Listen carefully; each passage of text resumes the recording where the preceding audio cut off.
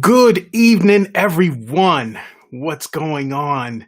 Harry the Big Dog here with DJ Interview, and this is day number 28. Wow. Everybody from the replay, thank you for showing up. Thank you for your support. Everybody from Twitch, Periscope, and YouTube, along with Facebook, thank you for your support. This is just so amazing to do 28 straight interviews, and we got 2 more to go. We going to 30. So without further ado, we're going to bring our next guest on. He is representing Champaign, Illinois. What's up, DJ Aaron? What's going on, man? How you doing out there? I am chilling. How y'all making it out there? Everything is good? Very good. All right, good. So let's get this thing going because I'm interested to hear your story. All right. So we're going to start this like this. You can tell everybody your government name if you want, your DJ name, and how you got started in this DJ business. When did you get the itch? Okay. Started. So my name is Aaron, hence DJ Aaron. So I got started DJing in late 2018. 2008. Sorry. And what inspired me was years before, I used to sit in my room when I was supposed to be asleep and listen to Def Comedy Jam while my mother and her friends was watching it. And over the course of the time, I would crack the door open and lay on the floor and sneak and watch it. And obviously, Kid Capri was the DJ, and I didn't know what this dude was doing. I was just like, he got a mic and he hyping the crowd up. He's doing all this, and I'm getting hyped off of that. You know, not only am I seeing Martin Lawrence up there, Chris Tucker, but I'm seeing this guy, this entertainer, entertain. And so I knew I wanted to be an entertainer. The DJ part of it was later down the line. So that he inspired me originally, you know, and then just a line of different DJs that I met over the course of years. But yeah, in late 2008, 2009, I met my mentor, DJ Supa. He's from Jersey. I met him. He was out here on our radio station. And that's the first time I ever heard anybody scratch. Wow. So I was like, what is he doing? He's running the record back. He was doing stuff that I had never heard because the majority of people who played out here were blending. You know, they would blend the records. It's more like even listening to stuff that my mother and they playing, it would be more or less house music. Stuff like that. We're not too far from Chicago. I'm literally 2 hours Chicago house. Yeah, so it was like listening to that. Obviously, Steppers music, right? Stuff like that. A lot of that was going on. So I didn't get the opportunity to hear the DJs be DJs. You know, like it, right? In the form of scratching and mixing and doing things like that. So when I heard him play, I ended up later on down the line meeting him, and it was like a wrap after that. He kind of told me his stories, what he was doing, and then helped me pick out my equipment. My very first equipment was 2 Technique 1200s, right? And a Rain 57 mixer that had Serato built into it. It was stacked live. And shout out to another mentor of mine, DJ Delaney, who is also from the East Coast, but he was here all my time. So he helped me set him up. He had me set the up. That was my first time in front of turntables like that, and my first time practicing and playing it. And the love was already there. It Right. was And we're already talking about 2008. 8. Yeah, yeah, Wow, crazy. yeah. You compared to some of these DJs we had on this DJ interview, you're the late bloomer. I, I'm And happy you for grew it. up on the Serato digital.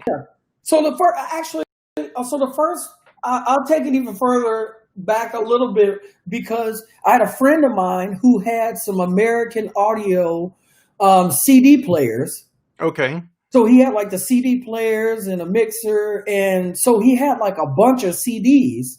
So whereas the other DJs were coming from carrying, crates and records and all that, the first person I actually helped was him, and I would carry a bunch of binders of CDs. Right. So although they weren't as heavy as the crates, you know what I'm saying? I still held a bunch of different CDs, So Oh, it was you that got a was piece an of it. experience. Yeah. Luckily, you didn't have to carry all the crates No, man. and have back and knee issues like we all do now. But I'm grateful for all the stories, and how people became tight friends with people who were just growing up around the DJ era then, and these guys that have shared war stories like together, like carrying those crates, and they became like best friends doing that. Yeah. So I'm always grateful to hear those stories. I know where it comes from. Nice. Yeah. So it's 2008. You're getting started. Mhm. Where are you between 2008 and the early 2010s? Trying to play as much 50 Cent as possible. Ah, I was on a G Unit wave, okay? I know that's early, 2000s, but for me, like all that was my era. And then my cousins started coming down here from Jersey, yeah. and they was bringing me these mixtapes, Okay. all these G Unit mixtapes. It was a G Unit.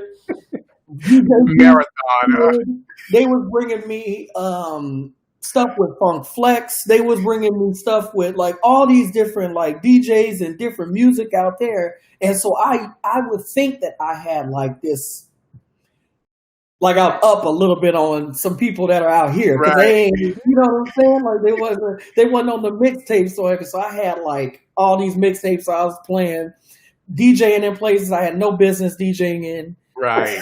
You know what I mean? Without the lack of practice and the time you put in, that's one thing that I think a lot of us younger DJs, we wanted to be the guy in the DJ booth so badly that we took gigs that we shouldn't have been taking at the time. It's just facts.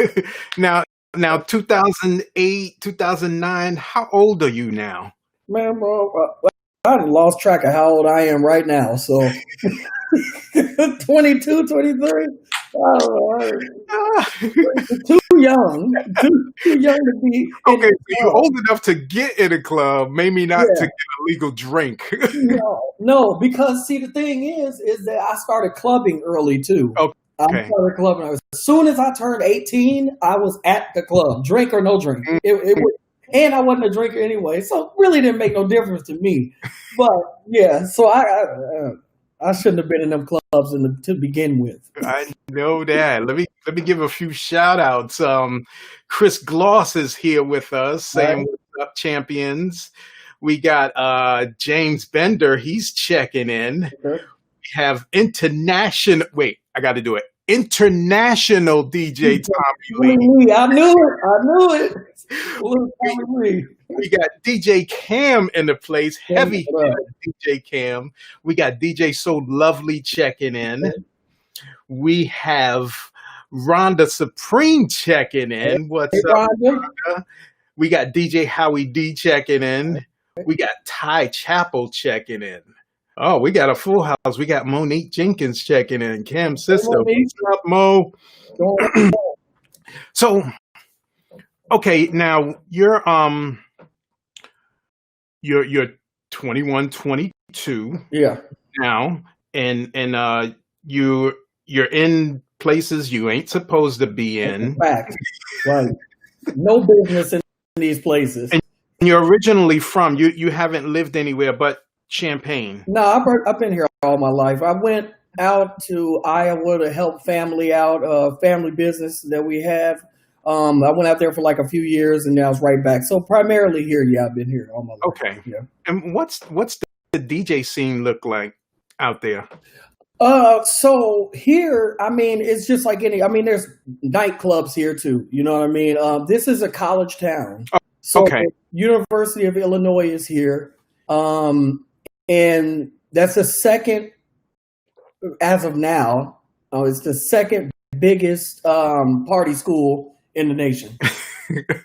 So, and they learn anything? It's a real thing. It's a real thing.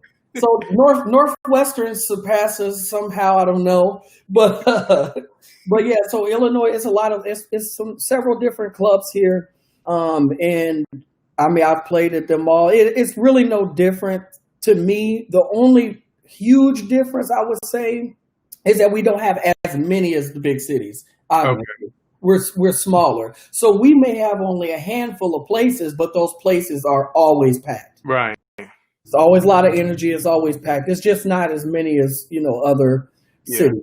And it's not easy to get to Chicago and back. In a good amount of time. You're what, like 2 hours away, right? Well, I can be downtown Chicago in 2 hours. But once I go up there, I'm there for the weekend. Right. You go and come back. Yeah. What I like to do mostly is I like to make a run to go and network with friends, other DJ friends of mine. And then I'll book some events and I'll go up there. I'll stay Friday, Saturday, and then I'll DJ on Friday and Saturday. So now, the different music between, up north where I'm from and where you are, what type of music do they play down there? I know, they have regular music that we listen to, but they also have your specialty people down there. Right.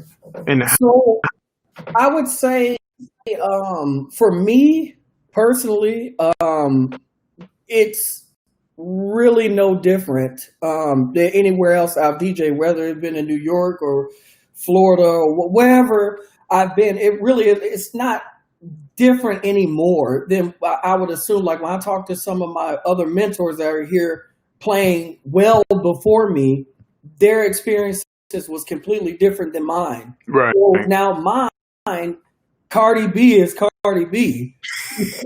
You know what I mean? It just is what it is. Unless I do a special party. Right. For example, there are a lot of people who I can DJ for and they want stepping music all night.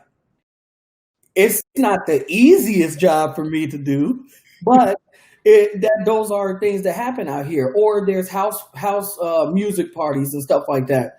I don't really DJ those. I go to them, but I'm not like those people that DJ that are very well known and booked by people of that age group. You know what I mean? Yeah. So whereas I'll go and I can open for them, I'll open for these guys. But these guys, they've been doing this stuff for many, many, many years, before me. And so we do have those, special things about this place. I mean, the Midwest. I mean, I always say shout out to all the Chicago artists that, came out, whether it's Kanye or Twista or, all these Bone Thugs and Harmonies from the Midwest. I look at it as a whole scene, Nelly and the Saint Lunatics, like what they did for our culture out here. Now we're talking about parties that I have done. I will do a whole Saint Lunatic set. You know what I mean? And I would do, just a bunch of things like that. Like those Midwest people, I could play Crucial Conflict. Like I could play like those guys. I could play Bone Thugs anytime. Bone Thugs with NWA. You know what I mean? Yeah. Like, I can play everything here because I feel like the Midwest is a hub for everything. So it's like I got my West Coast music that my mother would always be playing, or my uncles. I got the South, very, very down South folks that, would want to hear some music.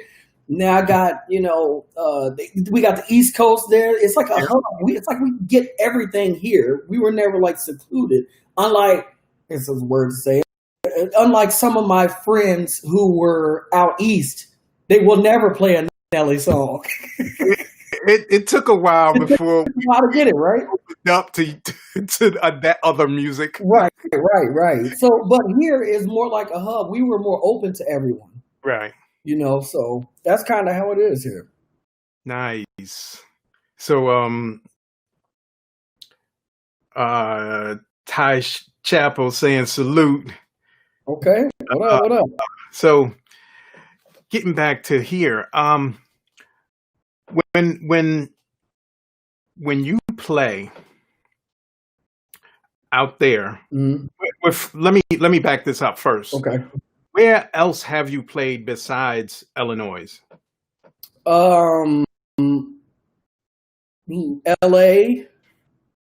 I DJ for Sugar Shane Mosley. Oh, wow. Yeah, his fight against Ricardo Mayorga. So I DJ'd the fight there. I've DJ'd. I have done it in New York, in Manhattan. I've done that before. Draw a blank. Indianapolis, of course. Surrounding areas. Yeah, like kind of surrounding areas. I've been down to Miami before. I've done that before. So fortunately for me, like I was able to get out of Champaign and be blessed to know people to, give me a chance, So I would say that Shane Mosley was the biggest thing. Definitely going out to California. I had never ridden a rider before. I didn't know what that was until DJ 007 told me what that is. But another mentor of mine, I had no idea what that was. Could you explain it to the people that don't know? Man, listen, I'm out here in a small bubble, what we call Bubble City, okay? So when they asked me, what do you need? I was like, 2 turntables, a mixer, a mic. Yeah, that's how it was. And before I sent it over to him. I believe it was him anyway. And it was like, no, man, you need this, you gonna get whatever they gonna give you. And that just was some peanuts. Man, I want white gas. now I get it. Now I understand it. I need my I need my turntables to smell like lavender. Okay? That's what I need. I get it now. But yeah, like so yeah, again, New York. I've DJed down in Florida before. Vegas. I did a small event in Vegas before. Okay. So yeah, I've been able to leave a very small place and go to large places and see the differences. Now, do you DJ full time? Yes. Wow, you're one of the few on here that do. We have like 2 or 3 others that do this full time. Right. Now, how has this virus hit your business? Well, I guess I'll say it like this too. So I also own a radio station. It's a digital radio station. So to answer your question, yes, it affected the money part of it, 100%. But what it did allow me to do is focus more on my radio station, Okay. interviews, learning more about what it takes to run a radio station, managing different DJs. It allowed me to work on my podcast more. It allowed me to learn more about myself as well. Right. practicing DJing, going live on the station more than I was before. So I kind of take, even though I'm losing out on the money part of it, I'm gaining more knowledge. And I think that I'll take that over the money part. You know what I mean? Because I feel like the money part's going to come back. It sucks right now, but it's going to come back. But when it does come back, I should be more knowledgeable about music, the different types of music. It allowed me to go and start searching more music, not just getting the music that's in like the record pools and stuff like that, but finding new artists that I can put in the mix. Right. You know what I mean? Just trying to evolve, and I feel like that is more. It's very important to me, and I'm learning that now. It's a lot of preparation that comes with DJing, and now I'm like, man, when this opens up, everything opens up and gets going back, and I feel comfortable with DJing because, obviously you don't want to just jump right back into it. Right. But I feel like I have to be more knowledgeable and prepared, and I feel like that's going to make me a better DJ. Yeah. That's kind of how I take it. Yeah. I really wanted people to hear that because a lot of people, their money dried up, but you can be learning and educating yourself on other things and looking for other avenues to make. And we've talked about this throughout the episodes here about, multiple streams. Right. And I am totally for that. And that's hard to do. Like that is also a learning curve for me. It was like I'm DJing, X amount of days, but it could be gone like this. As you see. So now I'm like, okay, next time that this happens, because history repeats itself, right? So next time that this happens, I'm going to be more prepared than what this is happening now, because I didn't have all those extra, streams of income coming in and all that. So I had to make new ones. I had to focus more. I had to, it's a lot of preparation in that. And then getting out of the slump of, man, I haven't DJed. This is the longest I haven't DJed since I started DJing. Wow. I have never, I had one vacation that we went on a few years ago, and I went on a cruise, and it was like, I was gone for 10 days and I was just sick. After that fourth day, I was like, all right, so I'm on my laptop. I'm looking at music. I'm trying to find out where the DJ's at. You know what I mean? Like, so this is the longest that I've been without being in front of the crowd and feeling that energy. Yeah. Because it's the energy. It's for me, DJing is like this. Not only is it therapeutic for me, but I feel like I'm able to give some people some time away from whatever they going through. And it may not be everybody, because everybody going to bring drama to a club or bring drama somewhere. But hopefully I can make some people feel good. You know what I mean? Yeah. And so that's therapeutic for me, is just to go and play. Now I'm not thinking about, oh, I got to do this. Oh, I got to do that. Or this is happening. That's happening. No, it's just, this is what's in front of me. These are the people that's vibing out. I'm reading the room. I'm catching the vibe of these girls over here. I'm catching the vibe of the guys over here. I'm looking at the bartenders. Like, I miss all of that. I miss all of that. So I miss the energy for me being, I was the DJ for the University of Illinois Athletics. Okay. So men's basketball, football, women's basketball, gymnastics. I did all of it, all the sports. I missed that energy from 16,000 people, or football with 70,000 people. I feel like I took that for granted now. You know what I mean? Because there is no college sports. It's not happening. You know what I mean? And the last thing they're thinking about is a DJ. Right. So yeah, I miss all that stuff, but it allows me to grow mentally and be. And now I'm not just thinking about I have to DJ on Saturday. I'm not thinking about that. I'm thinking of when I have to DJ on a Saturday. This is what I'm preparing for. Yes. I'm going to be better. You know what I mean? Definitely. Yeah. Oh man. And I've had this conversation with other DJs Mhm. about, the amount of people and that energy that you feel Right. now, and that leads me to my next question. Are you streaming? Yeah. So with our radio station, we stream globally, and I have a mix I do at 2:00 Monday through Friday. Okay.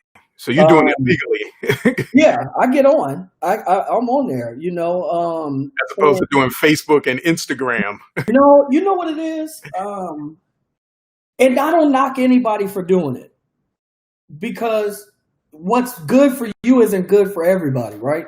Right. So while I feel like some, not all, I hope I don't offend anyone when I say this, but I feel like some people are doing it because like IG and Facebook and they're going live every day and welcome to club this and club that. It's because they are not only are they bored, we're all bored, you know what I'm saying? But I feel like they're not. It's hard to explain. I just feel like they need to be in front of the camera, you know what I mean? And they need to have engagement with people, whereas I've always been more reserved anyway. So when COVID hit it, they tell me to sit down. I don't mind being around nobody anyway. It doesn't bother me like that. You know what I mean? Yeah. I'm good. But I understand why people are doing it. I understand why people are, they're building their brand. I get all that. But for me, all I need is my turntables or whatever I'm going to play on, my DDJ SX, whatever I'm going to play on. All I need is that, Yeah. a couple drinks, and to be able to press play. And there you go. You see what I'm saying? Be able to press play and just play and let the people hear me. You know what I mean? Like whoever is checking in, just let them check me out that way. I don't need to have a camera crew or anybody. Yeah. I don't need that because, again, I'm more of a reserved person anyway. And I asked that question because of your previous statements about the energy. I know people that's now starting to do Zoom parties and everything. And I've been asking them, what does that feel like? Because you really don't have any crowd reaction, at least from what I'm thinking. You don't have that. I have had several Zooms with family, and I'm as in and out of that as I possibly can be. Yeah. How y'all doing? It's good to see y'all. Hey, I love y'all. You looking good out there.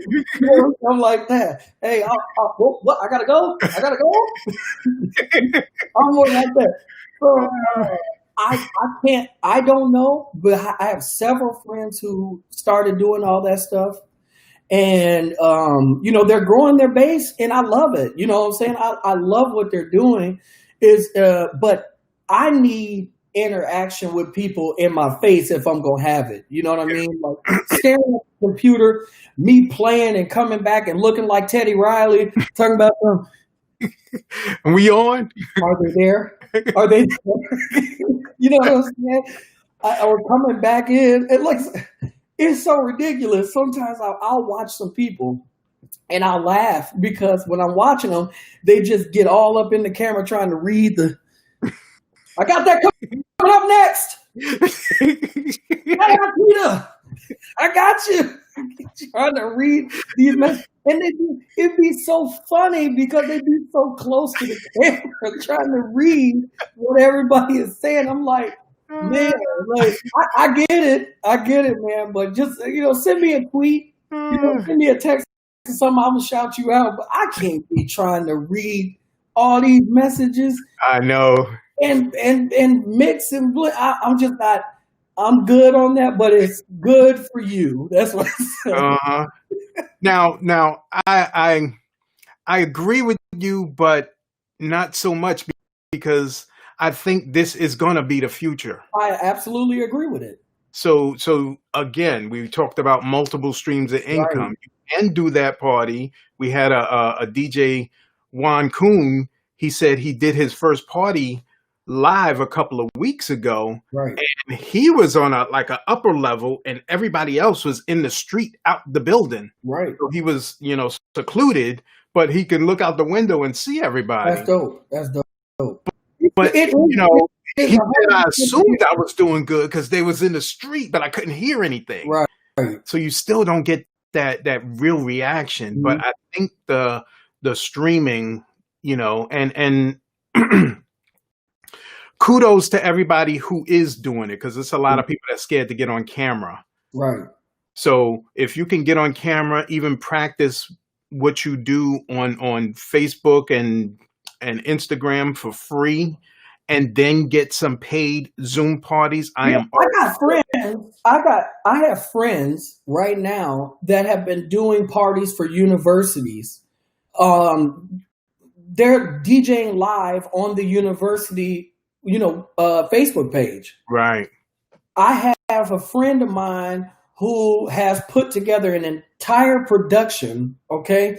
Afrofusion. They're doing Afro beats and all this stuff. And they're literally, it's like he would be DJing. And then when he's done after 25-minute mark, another DJ goes on and it's live, and it's live for like 3-4 hours of just DJs going back and forth. And it is 100% the future. Like there's no question about it. You know what I mean? There's no question about it. Like this is definitely the future. I'm seeing. I feel like at some point they're gonna take you don't even need to be in the club. Well, you don't need to be in the club. I see it happening. It's gonna happen. They're gonna take these feeds and they're gonna broadcast it in a club. You know what I mean, or wherever. Right. You could be at home. I think You got a good internet connection. You can. Yeah, right, of course. But yeah, I feel like you're absolutely right. It is the future. It is the future, and people are doing it. And I'm not opposed to DJing on IG or whatever. Right. I just haven't. I've only done it a few times, and it was cool. But I felt more comfortable just doing my regular show. You know what I mean? Yeah. So it is a matter of me adapting, like how I felt like, when I spoke to some of my older friends who are DJs, when they were saying the same thing. I ain't using no laptop. Ain't nobody really use no laptop. I remember friends of, like my father-in-law, like his friends and stuff like that. They still don't get it to this day. They have been to parties I have DJ'd for them, and they still don't get it. They come up to me, they look at what I'm using, they be like, "You ain't even got no records." And the worst part is, you ain't no DJ. Meanwhile, they on the dance floor sweating. Yeah, but look, you could fit 50,000 pieces of music on there. Crates only may get you 600 records. Right. And if I got everything, with a type of a few buttons, I'm there. Yeah. So,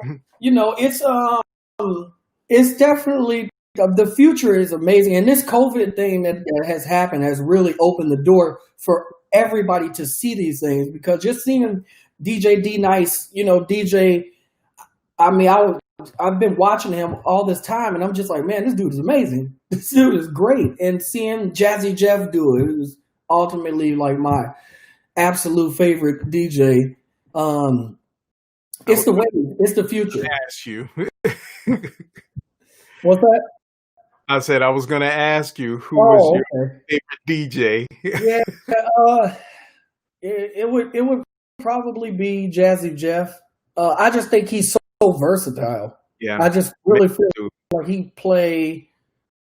he can play for whatever crowd, wherever, worldwide, and not have any restrictions because he's just a hip hop DJ, or he's restricted because he's, this hardcore DJ that only want to play the hardest records, or a one DJ who only wants to play stepping music. No, he can play everything.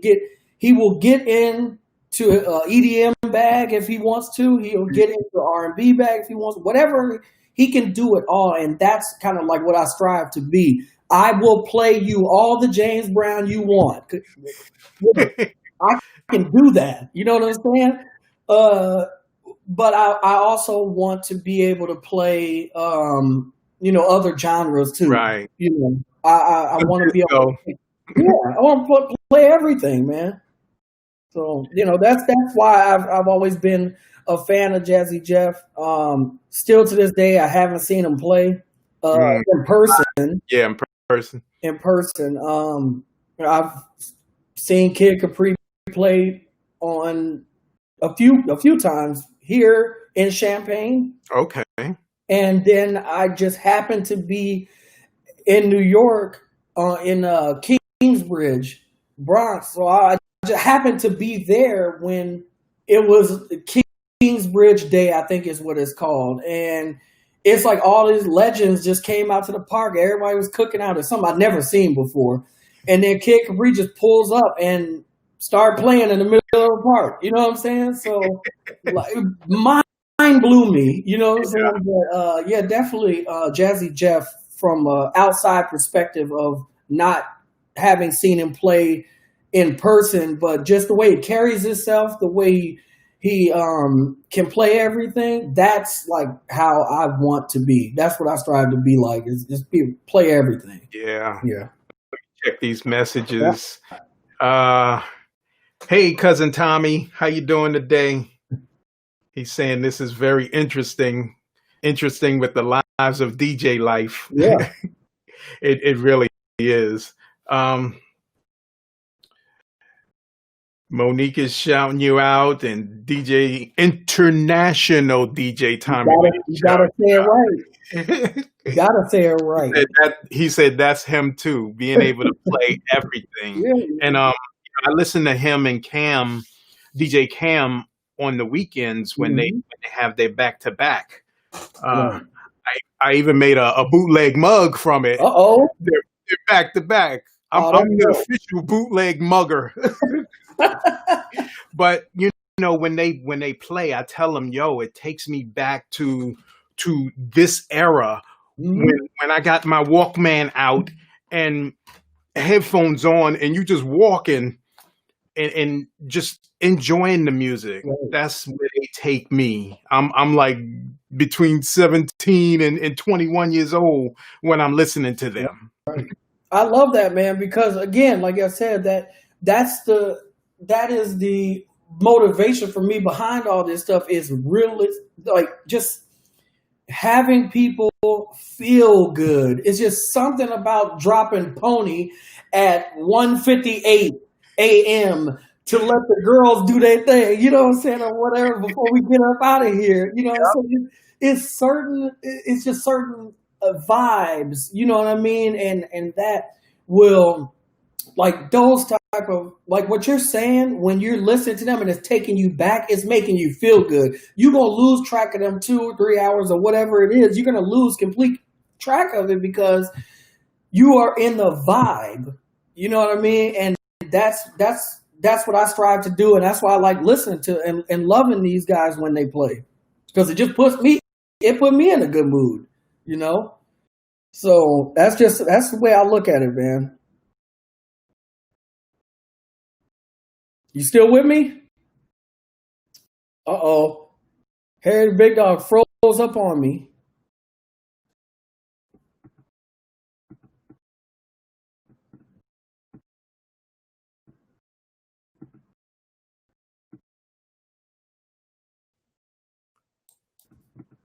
You still with me? Yeah. Okay. I don't know what happened, but I hope it didn't interrupt the stream. It did. So we're off now? Yeah. Oh, okay. Damn it. That's technology. This happened last night too. My internet's been fucking up. That's technology. I know. And live. Yeah. Trust me, I know. You know what? Let's go back on. Look, yeah, that's what I was saying. I was waiting on you to press the button. You good?